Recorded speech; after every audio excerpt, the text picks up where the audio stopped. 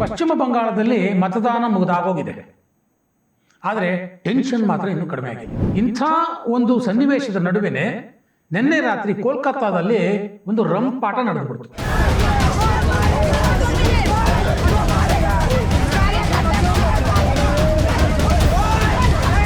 ಈ ರಂಪಾಟದ ಕೇಂದ್ರ ಬಿಂದು ಯಾರು ಗೊತ್ತಾ? ಸ್ವತಃ ಮುಖ್ಯಮಂತ್ರಿ ಮಮತಾ ಬ್ಯಾನರ್ಜಿ. ನನ್ನ ಜೀವ ಹೋದರೂ ಚಿಂತೆ ಇಲ್ಲ, ನಾನು ಹೋರಾಟ ಮಾಡ್ತೀನಿ ಅಂತ ಬೀದಿಲಿ ನಿಂತ್ಕೊಂಡು ಒಬ್ಬ ಮುಖ್ಯಮಂತ್ರಿಯಾಗಿ ಅವರು ಮಾತಾಡ್ತಾರೆ.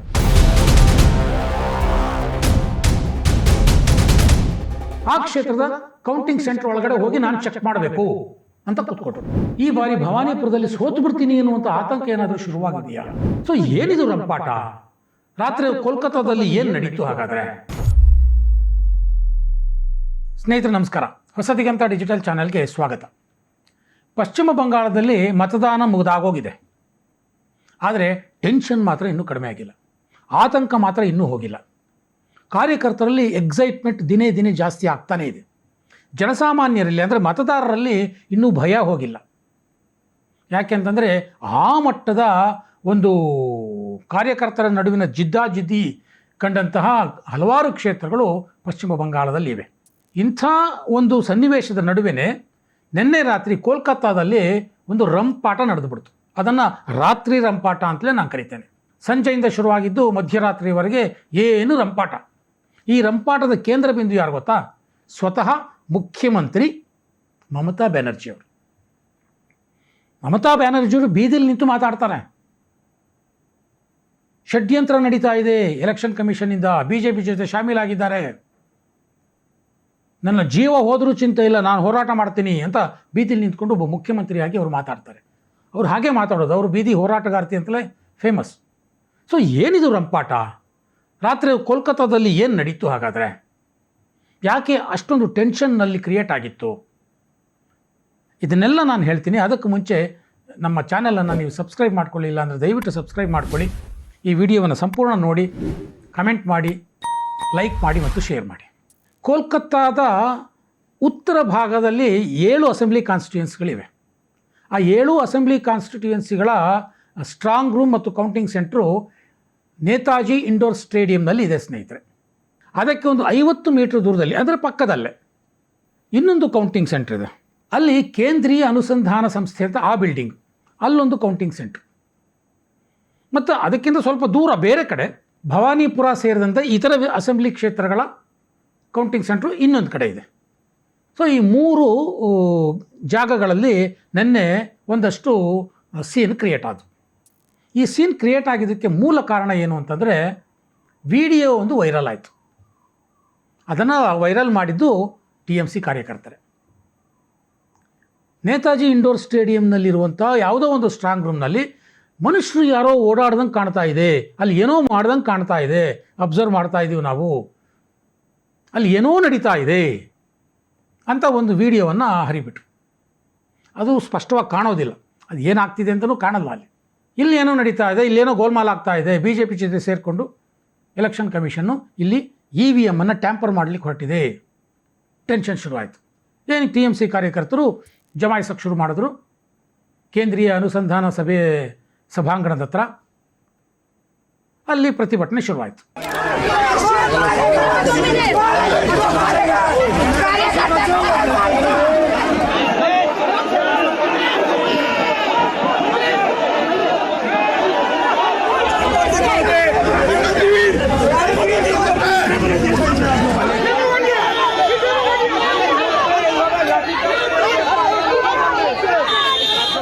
ಎಲೆಕ್ಷನ್ ಕಮಿಷನ್ ವಿರುದ್ಧ ಧಿಕ್ಕಾರ, BJP ವಿರುದ್ಧ ಧಿಕ್ಕಾರ. ಸ್ಟ್ರಾಂಗ್ ರೂಮ್ನಲ್ಲಿ ಏನೋ ಕಿತಾಪತಿ ಮಾಡ್ತಿದ್ದಾರೆ ಎಲೆಕ್ಷನ್ ಕಮಿಷನ್ನವರು. ಏನು ಟೆನ್ಷನ್ನು?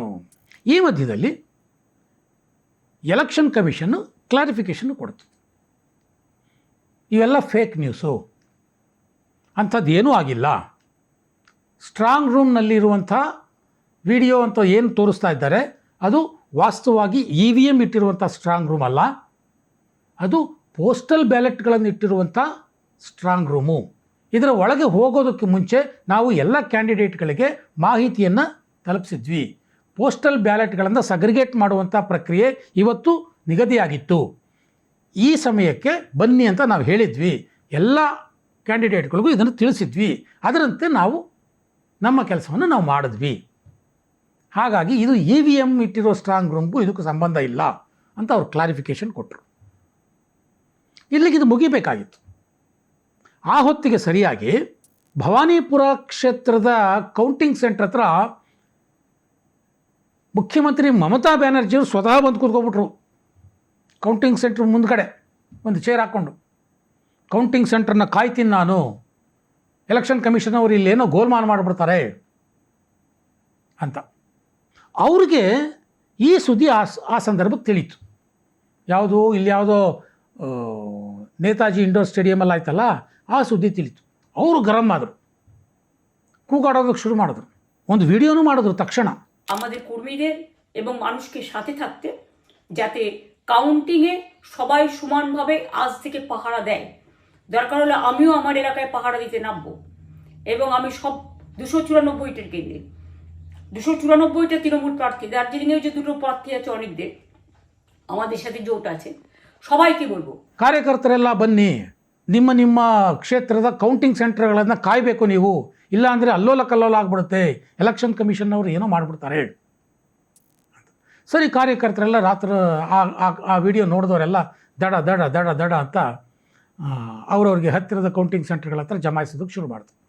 ಈ ಮಧ್ಯದಲ್ಲಿ ಮಮತಾ ಬ್ಯಾನರ್ಜಿಯವರು ತಮ್ಮ ಕ್ಷೇತ್ರದ ಅಂದರೆ ಭವಾನಿಪುರ ಕ್ಷೇತ್ರದಲ್ಲಿ ಅವರು ಸ್ಪರ್ಧಿಸಿದ್ದಾರೆ ಸುವೇಂದು ಅಧಿಕಾರಿ ವಿರುದ್ಧ.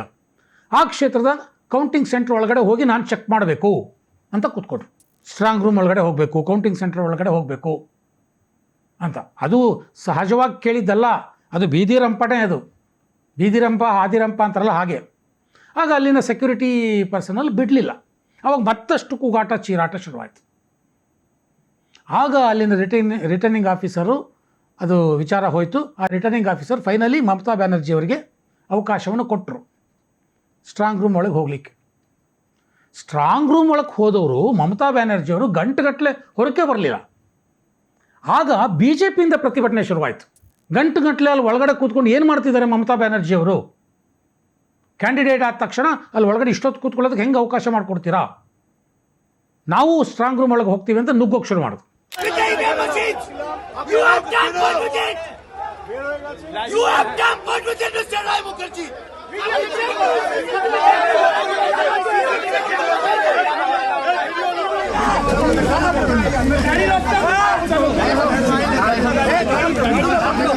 ಆಗ ಅಲ್ಲಿ ವೆಸ್ಟ್ ಬೆಂಗಾಲ್ ಪೊಲೀಸ್ನವರು ಅವರನ್ನು ತಡೆದ್ರು.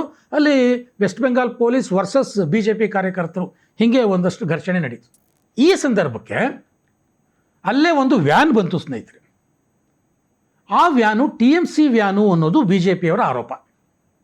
ಆ ವ್ಯಾನ್ ಒಳಗಡೆ EVMಗಳಿವೆ, ಅದನ್ನು ಬದಲಾಯಿಸೋದಕ್ಕೆ ಹೋಗ್ತಾ ಇದ್ದಾರೆ, ಒಳಗಡೆ ಮಮತಾ ಬ್ಯಾನರ್ಜಿಯವರಿದ್ದಾರೆ, ಈ ವ್ಯಾನನ್ನು ತಗೊಂಡೋಗಿ ಅಲ್ಲಿ ಇವರು EVMಗಳನ್ನು ಬದಲಾಯಿಸ್ತಾರೆ ಅನ್ನುವಂಥ ಆರೋಪ ಮಾಡಿಕೊಂಡು ಆ ವ್ಯಾನಿಗೆ ಅಡ್ಡ ಹಾಕಿ ಕೂತ್ಕೊಂಡ್ರು BJP ಕಾರ್ಯಕರ್ತರು.